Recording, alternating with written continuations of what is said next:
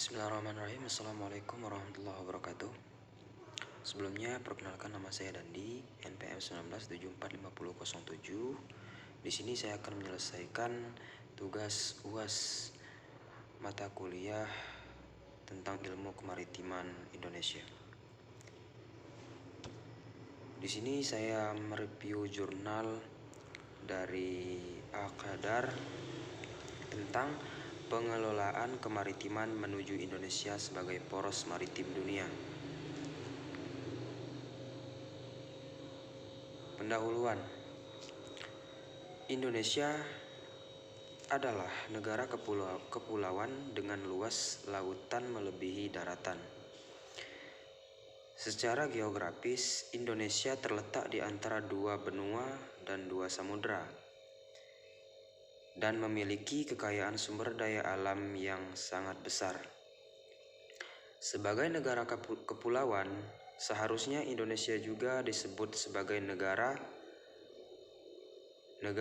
kepulauan, negara maritim. Namun sayangnya, julukan Indonesia sebagai negara maritim dipandang belum tepat. Karena mengapa? Alasannya mendasar mengenai hal ini dikarenakan paradigma pembangunan di Indonesia selama beberapa dekade ini bias daratan.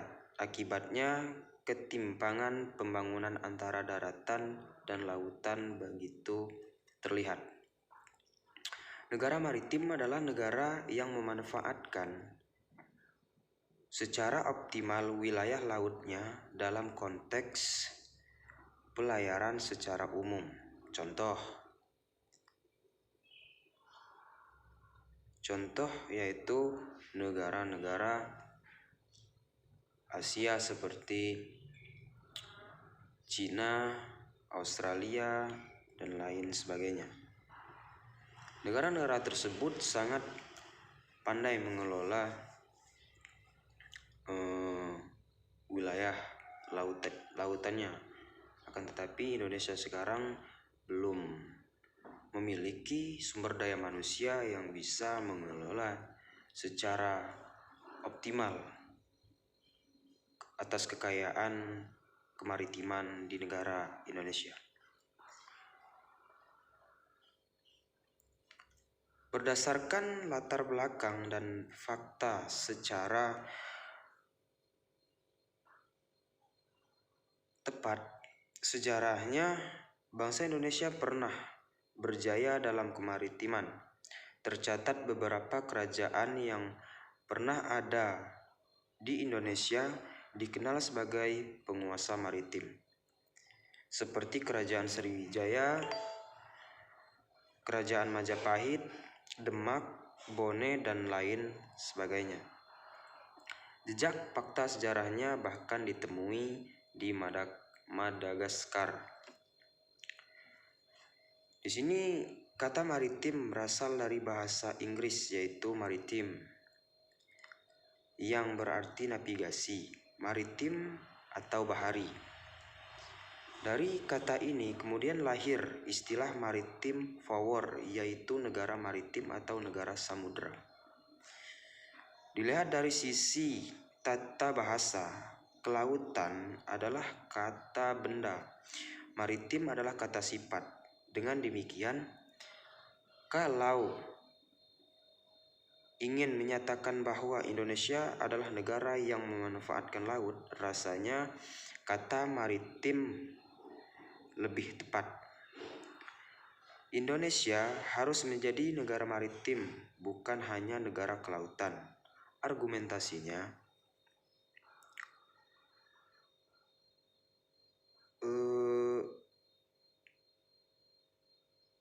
adalah negara maritim adalah negara yang mempunyai sifat memanfaatkan laut untuk kejayaan negaranya. Sedangkan negara kelautan lebih menunjukkan kondisi fisiknya, yaitu negara yang berhubungan dekat dengan atau terdiri dari laut. Dalam arti ini, kemaritiman berarti sempit ruang lingkupnya, karena berkenaan dengan pelayaran dan perdagangan laut. Dalam pengertian ini, dari kemaritiman yang berdasarkan pada terminologi adalah mencakup ruang dan wilayah permukaan laut, pelagik dan mesopelagik, yang merupakan daerah subur di mana pada daerahnya ini terdapat berbagai kegiatan seperti pariwisata, lalu lintas, pelayaran, dan jasa-jasa kelautan lainnya. Sedangkan menurut pendekatan konsep ini, Indonesia saat ini lebih tepat disebut sebagai negara maritim, bukannya negara maritim, karena selama ini Indonesia belum mampu sepenuhnya memanfaatkan laut secara maksimal. Selain itu, arah pengembangan di pembangunan yang dilakukan bukan cerminan sebagai negara yang mempunyai jiwa dan pemikiran yang pandai untuk memanfaatkan laut secara keseluruhan dan tidak hanya memanfaatkan fisiknya saja.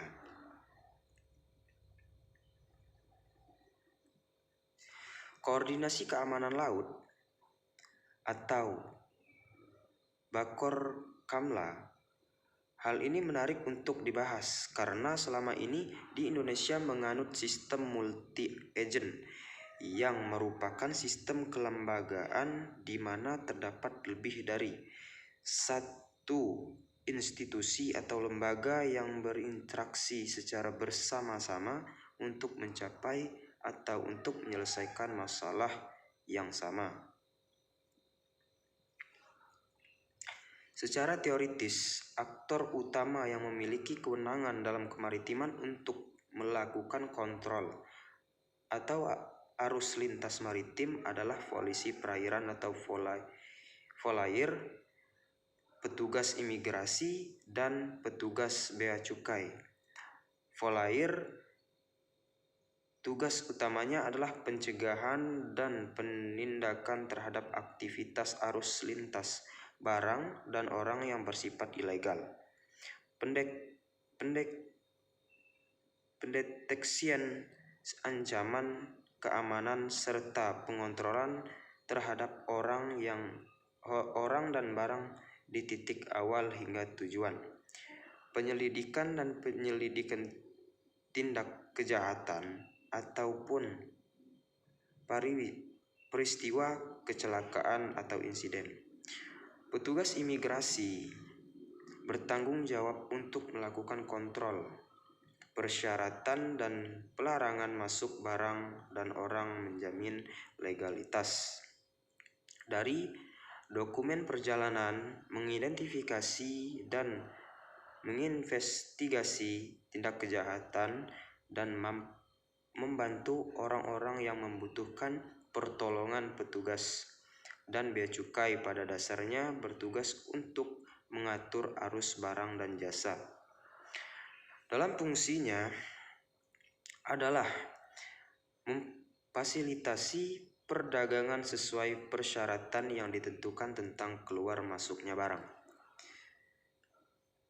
Jadi petugas ini memastikan pelaksanaan bea cukai dan arus pelayaran keluar masuk dari pelabuhan satu dan ke pelabuhan lainnya itu sangat berperan dalam dunia maritim, karena mereka yang mengatur semua jalur masuk kapal-kapal asing, dan jika kapal-kapal tersebut ilegal, mereka akan menindaklanjutinya secara baik.